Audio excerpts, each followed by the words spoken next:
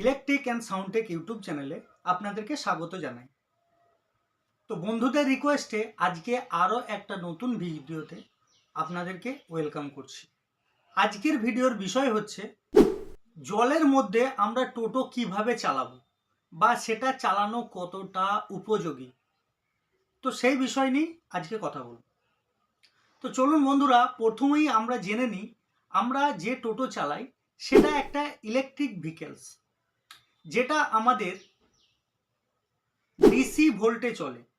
AC ভোল্টে চলে না, ডিসি ভোল্টে চলে, যেটা আমাদের 4টে ব্যাটারি দিয়ে আমাদের টোটোতে সিরিয়াল বাই সিরিয়াল লাগানো থাকে। সেটা হচ্ছে 4-12-48 ভোল্টের টোটো আমরা সচরাচর দেখতে পাই। এছাড়া 60 ভোল্ট এবং 72 ভোল্টের টোটো দেখতে পাওয়া যায় মার্কেটে। তো আমরা বেসিক্যালি যে টোটো নিয়ে কথা বলবো সেটা হচ্ছে 48 ভোল্টের টোটো। তো এই টোটোটা যদি জলের মধ্য দিয়ে চালানো হয় সেক্ষেত্রে কি প্রবলেম আসবে, চালানো কতটা উপযোগী এবং আমরা জলে কতটা জল পর্যন্ত চালাতে পারবো। দেখুন বন্ধুরা, এই নিয়ে অনেক সংশয় মনের মধ্যে থাকে।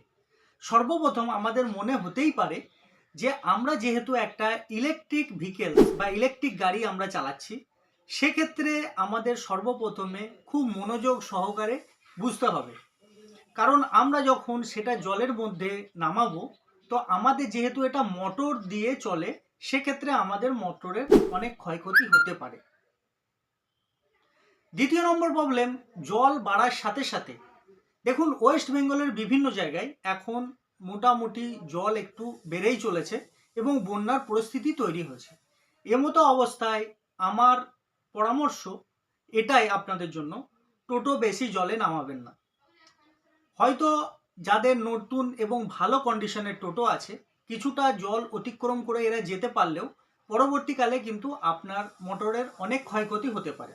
জলের মধ্যে আমাদের একটা লেন্থ থাকে, আমাদের মোটর মানে রাস্তা থেকে উঁচুতে লাগানো থাকে, সেটাও আমাদেরকে জানতে হবে। তো সেই সমস্ত জিনিসগুলো জেনে রাস্তার মধ্যে আপনি টোটো চালান। দেখুন, আমাদের যেহেতু এটা মোটর বা ইলেকট্রিকে চলে, সেক্ষেত্রে আমাদের সাবধানতা অবলম্বন করা সবসময়ই জরুরি। তার কারণ হচ্ছে বেশি জলে নামলে আমাদের মোটর ক্ষতিগ্রস্ত হবে, এর সাথে সাথে ব্যাটারি কন্ট্রোলারে জল ঢুকলে কন্ট্রোলারও খারাপ হতে পারে। তো এই সমস্ত চিন্তাভাবনা মাথায় রেখে আপনি আপনার মতো করে জলে না চালানোই ভালো টোটো। বেশি জলে কোনো সময়ই আমরা চালাবো না, এই কথাটা মনে রাখবো এবং চলবো। সেক্ষেত্রে আমাদের টোটোর লংজিভিটি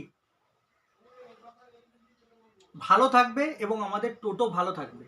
কারণ এটা যখন আমি চালিয়ে খারাপ করব, তো আমাকে অনেক টাকা মিস্ত্রিকে দিতে হবে বা আমার টোটোর অনেক ক্ষয়ক্ষতি হতে পারে। এই চিন্তাভাবনাগুলো মাথায় রেখে আপনি টোটো নিয়ে বার করুন। তবে আমার পরামর্শ অনুযায়ী জলে না নামানোটাই উচিত টোটো। তো এই ছিল বন্ধুরা আজকের ভিডিও ভালো লাগলে অবশ্যই কমেন্ট, শেয়ার ও লাইক করে দেবেন। ধন্যবাদ, নমস্কার।